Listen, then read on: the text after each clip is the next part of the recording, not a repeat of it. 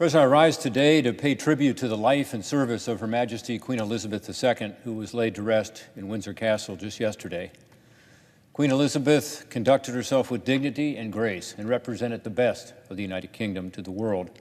She was unwavering in her support for the United States, and the American people reciprocated with their admiration and respect for her. My sympathies to the royal family and the people of Great Britain. We treasure our unique relationship, and America stands with you once again as we mourn your loss. I ask unanimous consent to have my following remarks appear in a different part of the congressional record. Without objection, so ordered. I'm here on the floor of the Senate for the 23rd week in a row to bring to the attention of the Senate, to my constituents, and to the American people the latest news of Russia's illegal, unprovoked, and brutal war against Ukraine. I will talk about the disturbing news from Ukraine about more Russian war crimes, and I will discuss the upcoming vote on the supplemental spending bill for the effort in Ukraine, why it's so important right now to continue to support Ukraine as it makes progress in pushing back against Russia's war of aggression. Last week, I spoke about Ukraine's stunning advances up here in the north, around Kharkiv. After distracting the Russians with a counteroffensive here in the south, near Kherson, the Ukrainian army launched a surprise counteroffensive in the north and punched through the Russian lines. In just a matter of days, as you'll see with this light blue part of the map here, in just a matter of days, the Ukrainian army was able to liberate roughly 300 settlements across 3,000 square miles and liberate over 150,000 Ukrainians from Russian occupation. They also managed to capture hundreds of pieces of Russian military equipment and vehicles and ammunition. So now, instead of being used to kill and subjugate innocent Ukrainian citizens, these vehicles, the equipment, the munitions can be used by Ukrainian forces to liberate their fellow citizens from Russian tyranny. There were stories of Russian soldiers abandoning their equipment and stealing Ukrainian cars to make their escape, even stealing motorbikes and bicycles. Last Wednesday, Ukraine's President Zelensky visited a town in this area. The town is called Izium. Izium is located right here on the map. A very strategic town for the Russians.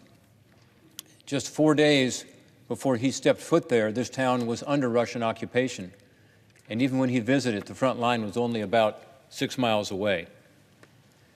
Izium had been used as an important logistics hub from which the Russians attacked south and east into the Donbas region, so down into this area. This was supposed to be the northern part of the pincer that Russia would use to trap Ukrainian forces in the Donbas. So the Ukrainian forces who were here, the idea was that this area would be used as a staging ground to be able to cut off the Ukrainian troops. Instead, it's now under Ukrainian control. There were reportedly 10,000 Russian soldiers in this town of Izium, and most observers thought it would be months before Ukraine could recapture it. But after just a couple of days of a lightning strike, this town has been held by the Russians, which had been held by the Russians for 6 months, is now free. It's Russian occupiers on the run. Unfortunately, what the occupiers left behind was not just military equipment, but clear evidence of Russian atrocities. Ukrainian officials say multiple graves have been found near the city's cemetery. President Zelensky has said they contain the bodies of civilians, civilian adults, civilian children, as well as Ukrainian soldiers, showing signs of violent death, including evidence of torture.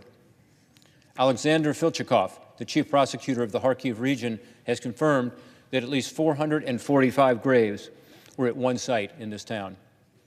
Here's a photo of some of the corpses that have been discovered.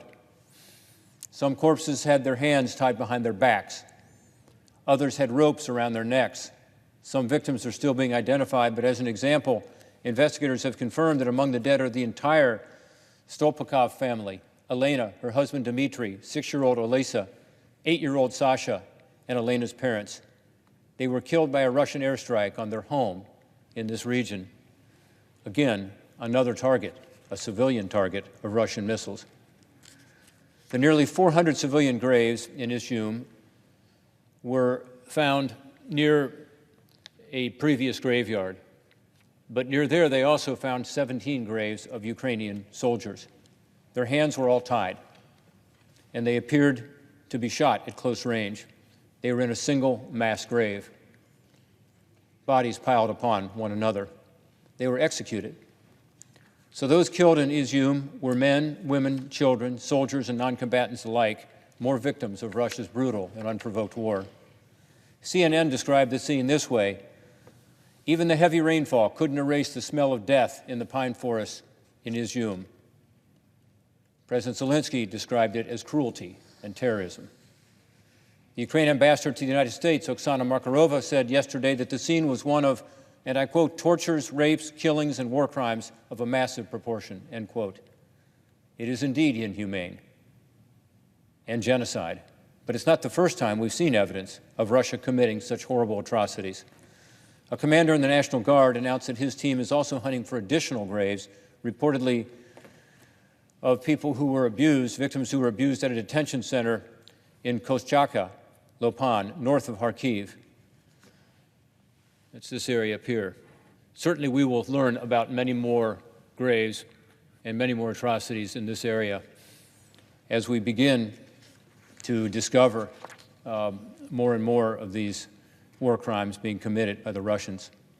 Over the weekend, President Zelensky also said that Ukrainian forces had found 10 makeshift torture chambers throughout the liberated territories in that Kharkiv region.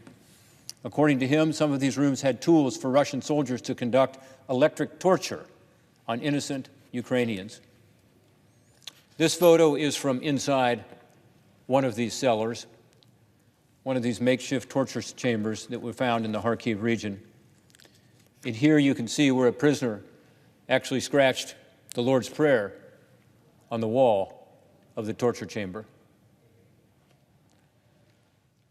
The liberating soldiers are also recovering bodies on the battlefield, which is where they're lying too often in farm fields or woods, just left to rot in the fields and the woods. This is what Russia has done to Ukraine. This is not a one-off event. When Senator Klobuchar and I were in Ukraine 3 weeks ago, we visited Bucha, a suburb of Kyiv, and we saw the spot where Russian soldiers had dug a mass grave for dozens of innocent civilians who they had murdered during their occupation. Sadly, the murder, the torture, and the rape discovered in Bucha was not unique. These horrific events that happen behind Russian lines often aren't known to the world until that area is liberated by Ukrainian forces. One has to wonder what other Russian horrors are currently occurring in occupied areas that we will witness when Ukraine finally liberates the rest of its territory. This is the grim reality of Russia's war. President Putin claims that his war is about liberating Ukrainians and reuniting them with their Ukrainian brothers and sisters. But this photo is not what brothers and sisters do to each other. This is not a war of freedom or a war of liberation. This is a war of conquest and genocide.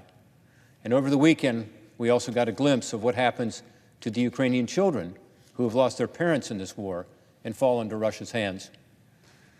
Russia's Presidential Commissioner for Children's Rights, who, by the way, has been sanctioned by the United States, recently stated that Russian authorities are placing 125 Ukrainian orphans with Russian families. Of course, the natural solution here would be to put these children in the care of their extended family members in Ukraine, allow them to stay in their country. But that's not their objective. Russia's goal isn't to provide a better future for these children. Their goal is to erase their Ukrainian identity and turn them into Russians. Under the rules laid down by the United Nations, quote, forcibly transferring children of one group to another group, end quote, constitutes genocide. Another example. Frustrated by Ukrainian gains in the northeast and in the south that we've seen on these maps, Russians have begun bombing civilian infrastructure at increased rates, like power plants and dams, threatening the livelihoods of millions of innocent Ukrainians. Unfortunately, we have to expect more missiles being fired into Ukraine to terrorize civilians. Just this weekend, a Russian missile struck about 300 yards away from a nuclear power plant in southern Ukraine, threatening a nuclear disaster. Now, this was not the Zaporizhia plant that we've talked about a lot on this floor. This is another power plant. The Zaporizhia plant, as you know, is the largest nuclear power plant in all of Europe. It provides 20% of electricity, or did, to the country of Ukraine. That's a plant that the Russians are using as a shield, much as they've used energy as a weapon, including in Europe, cutting off energy unless Europe agrees to stop the necessary sanctions. They've used food as a weapon, bombing grain bins in the Odessa region, keeping food from going to starving people in Africa. Now they are actually using nuclear power plants as weapons in this war. It's all reckless, it's all dangerous, but this risks a catastrophe by creating a military zone around a nuclear power plant and firing on Ukrainian forces from there and actually exploding parts of the plant that connect to Ukraine. This is incredibly dangerous and risks something like the tragedy we had at Chernobyl. So all of this is precisely why we need to continue to give Ukraine the help it so desperately needs. Vladimir Putin will continue his reign of terror against a neighbor that just wants to live in peace. Unless he knows that there are consequences, he is betting that he can use terror to intimidate Ukraine and its allies into surrendering. Let me be clear. I want this brutal war to end as much as anyone else in this chamber. But the responsible way to end this war is not to stop providing our assistance to our allies and watch as Ukraine slowly falls to Russian domination. The right way to end this war is to actually win it, to continue to provide Ukraine the weapons it needs to keep advancing and liberating territory like it did over these past few weeks. For the sake of global freedom, Ukraine must be allowed to end this war on its own terms, not Russia's. That's why when this chamber votes on the continuing resolution to keep government open next week, I urge my colleagues to also support the expected supplemental request for additional Ukraine funding. Most important to me, frankly, is the military support, including needed ammunition for the weapons they already have, and including refilling our own stockpiles of military weapons and ammunition. This is one way we can show Vladimir Putin that we will not stand for his war crimes. The West and our allies all need to recognize that these Russian atrocities will not stop until there are more victories on the battlefield and until sanctions are more effective at cutting off funding to Russia's war machine. The world is watching, and if President Putin's military is not held accountable for these atrocities, it sends a signal to other rogue leaders that they will be able to get away with the same types of crimes. As Congress considers this latest request for support, I hope my colleagues will think about four things. One, the mass graves I mentioned at the beginning of my speech. We should not turn a blind eye to the indiscriminate violence Russia has wrought on Ukraine. Vladimir Putin will continue his reign of terror against a neighbor that just wants to live in peace unless he knows, again, that there will be consequences. As President Zelensky said, and I quote, "Russia leaves death everywhere and must pay for it," end quote. Second, despite these atrocities, Ukraine is turning the tide of the war in large measure because of our help. It's working. This map, to me, is very interesting because it shows here on February 24th, after the invasion of Ukraine, on that date, how much territory that the Russians controlled. Not just the parts that they had already controlled, down here in Crimea, here in Luhansk and Donetsk, but look at all the territory that they controlled at that time, including right up to the city of Kyiv. This is where the famous battle occurred at the airfield outside of Kyiv, where they had planned to bring in heavy weapons and more military and topple the government in the capital of Kyiv. But look, all of this in red, all of this in red. And today, here we are. So we have made progress. The Russians have come along the Donbas area, and now more recently, of course, we have made additional progress here and here to push the Russians back. This would not have happened without the support of this body. And we must think about that as we look at this additional request for funding. We are making a difference. Specifically, thanks to this Congress, these long-range missiles called HIMARS have been extremely effective in enabling Ukraine to be able to strike behind enemy lines and disrupt Russia in ways no one thought possible. Before, the Russians were sitting back and firing on Ukrainian positions, and the Ukrainians couldn't respond because they couldn't reach the Russian guns. They were firing with impunity, killing civilians, killing Ukrainian soldiers. Now with these new weapons, these HIMARS, these longer-range missiles, coming from the United States, coming from the UK, coming from Germany, the Ukrainians are able to hold their own and more, as we see with their advances in the South and in the Northeast. We need to keep it up, particularly at a time when Russia is getting help from its own partners. As our Republican leader, Senator McConnell, pointed out, Iran is equipping the Russian military with armed drones like the ones that they used against American forces in Syria and Iraq. Additionally, there are reports that North Korea has supplied Russia with artillery shells. Third, I'd ask my colleagues to remember this is not just about Ukraine. We've got to remember that Vladimir Putin has said, quote, "the borders of Russia never end," end quote. Earlier this summer, President Putin says he views Ukraine as basically just the first step toward recreating the Russian Empire. His advisors have made similar statements about their intent with regard to this war. It's not just about Ukraine. What the United States matters. What we do in defense of global freedom not only shows the world we will stand up for Ukraine against a rogue authoritarian attacking an ally, but our actions show our adversaries that we are ready to defend democracy around the world.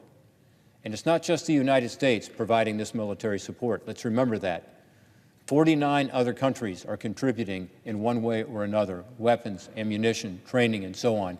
And with regard to economic support, more countries than 50 are providing help to Ukraine. Fourth, I'd ask my colleagues to remember that there are important guardrails to ensure this assistance from the U.S. taxpayers is very well accounted for, and there should be. While in Poland recently, Senator Klobuchar and I met with the 101st Airborne to discuss their unprecedented end-use monitoring of our military equipment that goes into Ukraine. This is ramped up even further with the addition of our embassy staff on the ground in Kyiv, which we also heard about when we were there, to ensure there is no diversion of the military assistance that we are providing.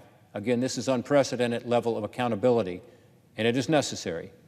Transparency is absolutely needed and promised by the Ukrainians. I will say that from President Zelensky to members of his government, to members of parliament we met with, everyone said the same thing. They too want total transparency and accountability. It's very important to them. Just as they are continuing their reforms against corruption, even in the face of this war, they want transparency with regard to all the aid. They have an accounting firm in Ukraine who is following the budgetary funding that goes from this place, this Congress, to Ukraine as well. And they have a need and an interest in transparency themselves. With regard to the end game in Ukraine, as some have asked me about here on this floor, I believe Ukraine's ambassador to the United States, Oksana Markarova, said it well. Quote, "Ukraine will not rest until all our country is free, all our people are back, and Russia is brought to justice," end quote. As Russia's military suffers setbacks in Ukraine, that's actually good news for the freedom-loving countries of the world. For decades, Russia has used its military to threaten and coerce its neighbors. Think of Russia's invasion of Ukraine this year, and back in 2014, when they invaded Crimea and the Donbass. Russia, under its current government, is a threat to all of its neighbors. Think about its invasion in Georgia in 2008 and its ongoing occupation of parts of Moldova, just to name a couple.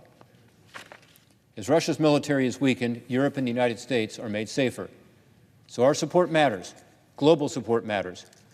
I believe President Putin responds to strength, and weakness on our part would only invite more aggression. Helping Ukraine is just one way to show our strength and to show our resolve as a country and as an alliance.